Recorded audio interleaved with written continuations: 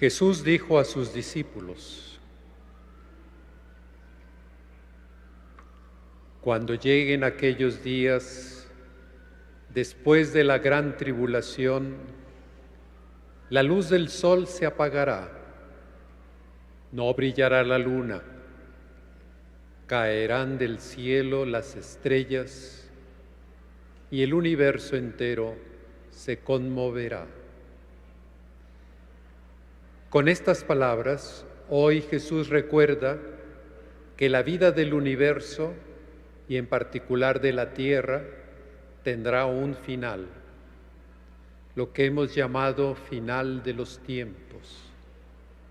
Ante estas predicciones de Jesús, a lo largo de todas las generaciones que nos han precedido, las han recibido siempre con temor, con inquietud y zozobra. Sin embargo, Jesús no intenta amedrentarnos, sino más bien tomar conciencia que tanto el universo como la misma humanidad han tenido un principio y tendrán un final. De la misma manera que sucede con nosotros, que nacemos y morimos, y es lo más cierto, ya que se constata todos los días al despedir a nuestros hermanos que nos van precediendo. La creación entera ha tenido un principio y tendrá un final, de la misma manera que cada uno de nosotros conoce cuándo nació, pero ignora cuándo morirá. Lo que también hemos aprendido es que la mayor prolongación de la vida o el aceleramiento de su brevedad depende en buena medida de nosotros. Así llegamos a ser conscientes de la importancia del cuidado de la salud, de la manera de comportarnos, de los riesgos o peligros que debemos afrontar con cautela y prudencia. Respecto de la creación, es decir, de la duración de nuestra casa común, debemos también aprender que su prolongación o su término depende del cuidado que tengamos. El ser humano es la única criatura que puede romper los ritmos y la indispensable relación y el equilibrio de los ecosistemas y biomas. Ellos cumplen perfectamente su función y le dan así una constante sustentabilidad a la tierra. Hoy tenemos lamentablemente información suficiente de la degradación que viene padeciendo nuestra casa común, provocada por la explotación de los recursos naturales sin control ni límites. Ha llegado a un punto de resquebrajamiento de los ciclos ecológicos que pone en grave riesgo la sustentabilidad de la tierra. Es lo que llamamos cambio climático. Por eso viene muy oportuna la recomendación de Jesús. Entiendan esto con el ejemplo de la higuera. Cuando las ramas se ponen tiernas y brotan las hojas, ustedes saben que el verano está cerca. Así también, cuando vean ustedes que suceden estas cosas, sepan que el fin ya está cerca, ya está a la puerta. Haciendo eco a esta necesaria interpretación de los acontecimientos, el Papa Francisco lanzó hace 6 años la encíclica Laudato Si, En ella advierte la urgencia de propuestas y acciones de todos los pueblos para respetar los ciclos de la naturaleza, ya que lamentablemente se ha fracturado y acelerado el deterioro de los ecosistemas. El Papa afirma en el número 75 de la encíclica: si el ser humano se declara autónomo de la realidad y se constituye en dominador absoluto, la misma base de su existencia se desmorona, porque en vez de desempeñar su papel de colaborador de Dios en la obra de la creación, el hombre suplanta a Dios y con ello provoca la rebelión de la naturaleza. También hace una serie de denuncias muy valientes, como leemos en el número 105. El ser humano no es plenamente autónomo.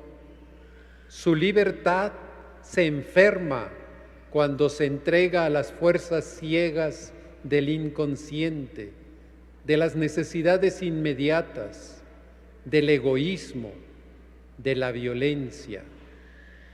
En ese sentido, está desnudo y expuesto frente a su propio poder, que sigue creciendo sin tener los elementos para controlarlo. Puede disponer de mecanismos superficiales, pero podemos sostener que le falta una ética sólida, una cultura y una espiritualidad que realmente lo limiten y lo contengan en una lúcida abnegación. Y en esa misma línea afirma el Papa más adelante: no hay ecología sin una adecuada antropología. Cuando la persona humana es considerada solo un ser más entre nosotros, que procede de los juegos del azar o de un determinismo físico, se corre el riesgo de que disminuya en las personas la conciencia de su responsabilidad. No puede exigirse al ser humano un compromiso con respecto al mundo si no se reconocen y valoran al mismo tiempo sus capacidades peculiares de conocimiento, voluntad, libertad y responsabilidad. En este espíritu, descubramos la relevancia de la Jornada Mundial del Pobre que hoy celebramos desde hace 5 años, promovida por el Papa Francisco para orientar nuestra preocupación por los marginados y necesitados, y que lamentablemente suelen ser los más afectados por las catástrofes climáticas. En el mensaje de la Jornada Mundial del Pobre, el Papa nos dice: el Evangelio de Cristo impulsa a estar especialmente atentos a los pobres y pide reconocer las múltiples y demasiadas formas de desorden moral y social que generan siempre nuevas formas de pobreza. Un mercado que ignora o selecciona los principios éticos crea condiciones inhumanas que se abaten sobre las personas que ya viven en condiciones precarias. Se asiste así a la creación de trampas siempre nuevas de indigencia y exclusión, producidas por actores económicos y financieros sin escrúpulos, carentes de sentido humanitario y de responsabilidad social. La humanidad entera, por tanto, hermanos, somos responsables del cuidado de la creación. Somos los únicos seres que podemos dañarla o protegerla. Por ello es indispensable generar la conciencia de nuestra responsabilidad colectiva como administradores de nuestra casa común. Escuchando la voz de Dios, aprenderemos el camino de la vida. Hoy en la primera lectura, el profeta Daniel señala: los guías sabios brillarán como el esplendor del firmamento, y los que enseñan a muchos la justicia resplandecerán como estrellas por toda la eternidad.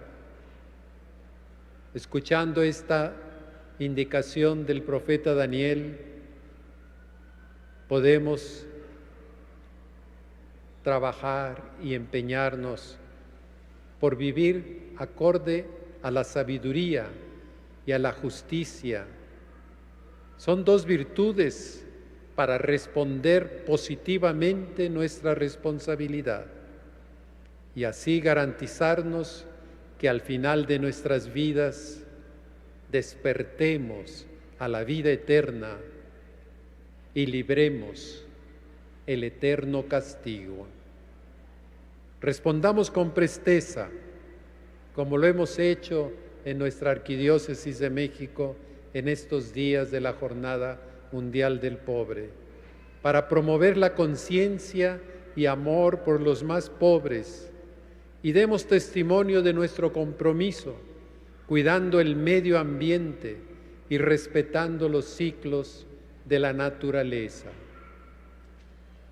Pongamos nuestra disposición en manos de nuestra Madre María de Guadalupe y aprendamos de su amor por los más pequeños y necesitados, siguiendo su ejemplo cuando abrió su corazón y actuó en favor de San Juan Diego y de su tío Bernardino. Pidámoselo así cada uno de nosotros en un breve momento de silencio.